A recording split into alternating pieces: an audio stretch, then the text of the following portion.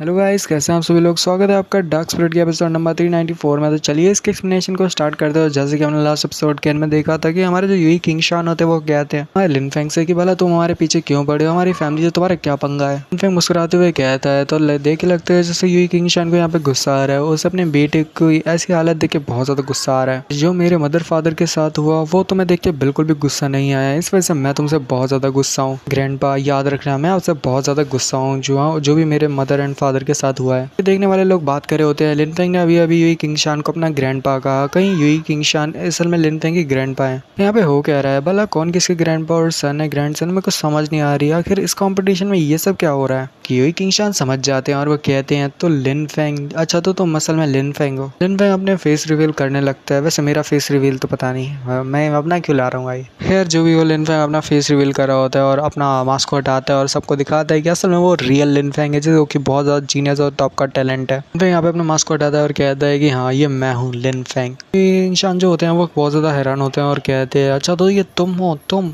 एक इंसान बहुत ज़्यादा हैरान होते हैं क्योंकि उन्होंने नहीं सोचा था कि लिनफेंग तो कब का इस कंपटीशन के अंदर इतना ज़्यादा आगे बढ़ जाएगा। बीस्ट टेमिंग सेक्टर से भी जो बंदे होते हैं वो भी बहुत ज़्यादा हैरान होते हैं और उसको जो बीस्ट से टेमिंग सेक्टर का जो पेट्रियाज होता है वो भी बहुत ज़्यादा हैरान होता है। पेट्रियाज होता है, पता नहीं कौन होता है, बट वो बंदा भी बहुत ज़्यादा हैरान होता है जब वो लिनफेंग को जिंदा देखता है तब, क्योंकि इसका तो पहले से लिनफेंग के साथ पंगा था और इसे लिनफेंग से बदला लेना था। पर लिनफेंग जब उसके सामने इस कॉम्पिटिशन के स्टेज के ऊपर खड़ा दिखता है तो वो बहुत ज़्यादा गुस्सा और बहुत ज़्यादा हैरान भी होता है। और वो यहाँ पे मन में बस एक ही बात सोच रहा होता है, अगर लिनफेंग यहाँ पे है तो वूकिंग खतरे में है। अगर लिनफेंग ने वूकिंग का सामना लिनफेंग से हो गया तो वूकिंग मारा जाएगा, क्योंकि हमने तो लिनफेंग की शायद देखी हुई है। यहाँ पे जो जुनमोजी होता है वो कहता है कि मेरे को तो पहले ही पता था, शायद मेरे को लग रहा था कि यह हमारा लिनफेंग ही हो सकता है। लिनफेंग बहुत ज़्यादा स्ट्रांग है और टॉप का टैलेंट है। इसका मतलब तो एक ही बात है, जो रियल लिनफेंग था और एक और लिनफेंग उसी के नाम का वो जो उसी कंपटीशन में अचानक से अपीयर हुआ, इसका मतलब है कि ये दोनों लिनफेंग एक ही पर्सन है। इस लिनफेंग ने अपने चेहरे पे मास्क लगाया हुआ था जिससे कोई भी उसको ठीक से पहचान नहीं पाया। ऐसे करके फिर वो हंसने लगता है, जबकि हमारे जो यूई किंगशान होते हैं वो बार बार सोच रहे होते हैं और कहते हैं कि जो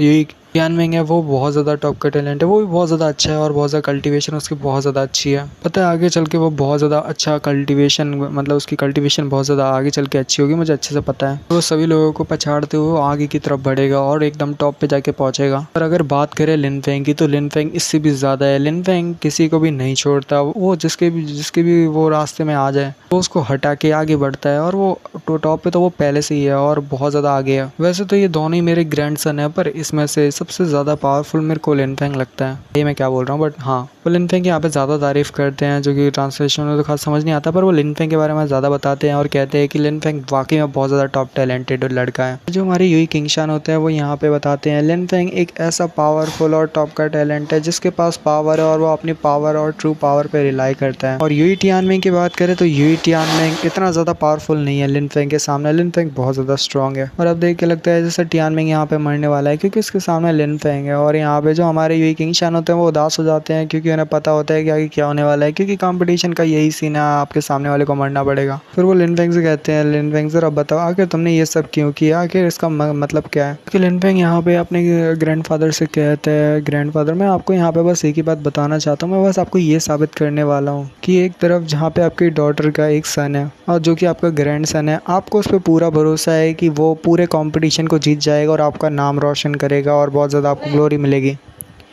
और उस ग्रैंडसन पे आपको बहुत ज़्यादा विश्वास है और पूरी तरह से यकीन है। जबकि एक और तरफ आपकी एक और डॉटर, जिसको आपने पूरी तरह से अपनी डॉटर मानने से ही इनकार कर दिया है। तो आज मैं आपको दिखाने वाला हूँ कि उसी का सन क्या करके दिखाता है और उसके पास कितनी पावर है। और ग्रैंडपा, मैं यहाँ पे एक बात को तो साबित करने वाला हूँ और मैं अपने मदर फादर को ये यकीन दिलाने वाला हूँ कि उन्होंने जैसे भी फैसला लिया बिल्कुल ठीक किया। उन्होंने आपस में मैरिज करी वो भी बिल्कुल ठीक किया, उन्होंने कोई भी गलत फैसला नहीं लिया। मैं उनको ये साबित कर दूंगा और मैं सबको दिखा दूंगा कि मेरी मदर ने यहाँ पे कुछ भी गलत नहीं किया। जबकि यूई किंगशान होते हैं वो भी यहाँ पे थोड़ी देर के लिए सोचने पड़ जाते हैं और कहते हैं यूई टियानमिंग और साथ ही लिनफेंग ये दोनों ही बहुत ज़्यादा यंग टैलेंट्स हैं और बहुत ज़्यादा पावरफुल हैं। अगर ये साथ में बड़े होते हैं तो इनके पास एक्सपीरियंस रहता है, एक दूसरे से शेयर करते हैं, बहुत ज़्यादा अच्छे से बड़े होते हैं। लगता है शायद मेरी कहीं ना कहीं गलती थी और मैंने कभी नहीं सोचा था कि मेरी जिसको मैं अपनी डॉटर मानने से इनकार कर दूंगा उसका सन आगे जाके मेरे को ऐसी सिचुएशन में डाल देगा। अगर मैंने वो फैसला नहीं लिया होता और मेरी डॉटर को मैंने अच्छे से ट्रीट किया होता तो शायद अब तक मेरा ये बेटा ही मेरे पास होता,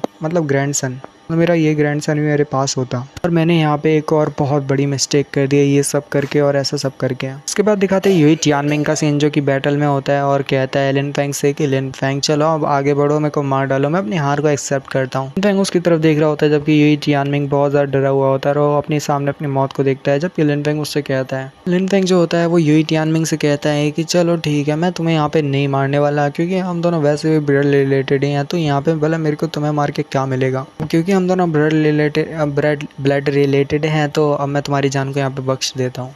तभी लिन फेंग पीछे की तरफ देखता है और वो एक बंदे की तरफ देखते हुए कहता है इसको तो मैंने बख्श दिया पर तुम नहीं बचने वाले, मैं तेरे को मार डालूंगा और तेरे से मैं बदला लेने वाला हूँ, तो थोड़ा बच के। और बस अगले राउंड में मैं तेरी जान को यहाँ पे लेने वाला हूँ, कोई लेना ले पर मैं जरूर लूंगा। ये पता नहीं कौन सी फैमिली से होता है पर मेरे को याद नहीं आ रही, पर ये बंदा यहाँ पे सोच रहा होता है लिन फेंग मेरे पीछे है, यूई टियानमिंग इसका कुछ बिगाड़ नहीं पाया ना, इसको एक स्क्रैच तक डाल पाया, भला मैं इस बंदे के सामने कैसे टिकूंगा, ये लिन फेंग मेरे से ज्यादा पावरफुल है। लिन फेंग एक और बंदे की तरफ देखता है और कहता है मैं सबसे बदले लूंगा जिन्होंने मेरे को मारने की कोशिश की है, खास करके तुमसे भी, हेवनली विंड मैसेंजर, तुमने भी यहाँ पे बहुत किया है, तो इसका मतलब भी तुम्हें यहाँ पे चुकाना पड़ेगा और कीमत भी। हेवनली विंड का जो मतलब हेवनली विंड सेक्टर का होता है, पता नहीं किसका होता है, वो बंदा जो होता है वहाँ पे बहुत ज़्यादा घबराया हुआ होता है क्योंकि उसे पता है लिन फेंग की स्ट्रेंथ क्या है, सबको पता है यहाँ पे लिन फेंग कितना बड़ा जीनियस है। फिर यहाँ पे लिन फेंग कुछ बातें करता है जो कि यहाँ पे किसी दिक्कत और ट्रांसलेशन की वजह से तो ठीक से हो नहीं पाई, क्योंकि यहाँ पे जापानीज में कुछ अलग ही लिखा रहा था और ठीक से ट्रांसलेशन नहीं हो पाई। लिन फेंग कुछ कहता है फिर उसके बाद की बातें मैं आपको बताता हूँ। फिर लिन फेंग कुछ कहता है और फिर कहता है कि खैर अब मैं अभी जिंदा हूँ तो इसका मतलब है कि मैं उन सभी लोगों से बदल लूंगा जिन्होंने यहाँ पे मेरे को मारने की कोशिश किया, और अब बहुत हो गया ऐसे छुप के रहना और बाकी लोगों को मारना, अब देखते हैं कि कौन मेरा दुश्मन है और मैं ही हूँ वो लिन फेंग, और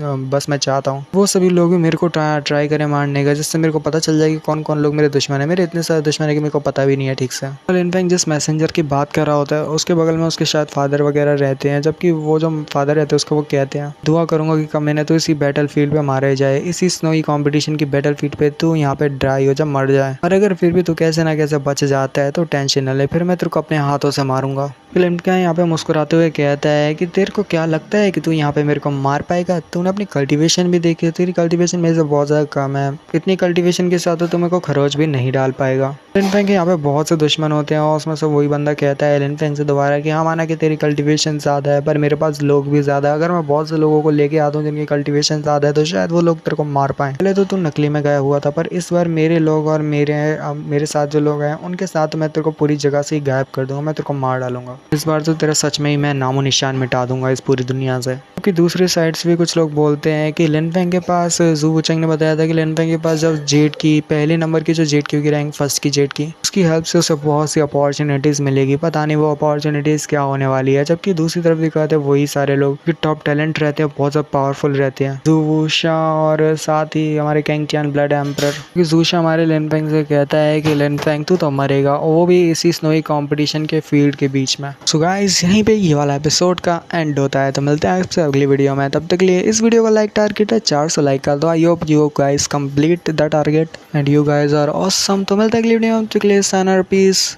गुड बाय बाय।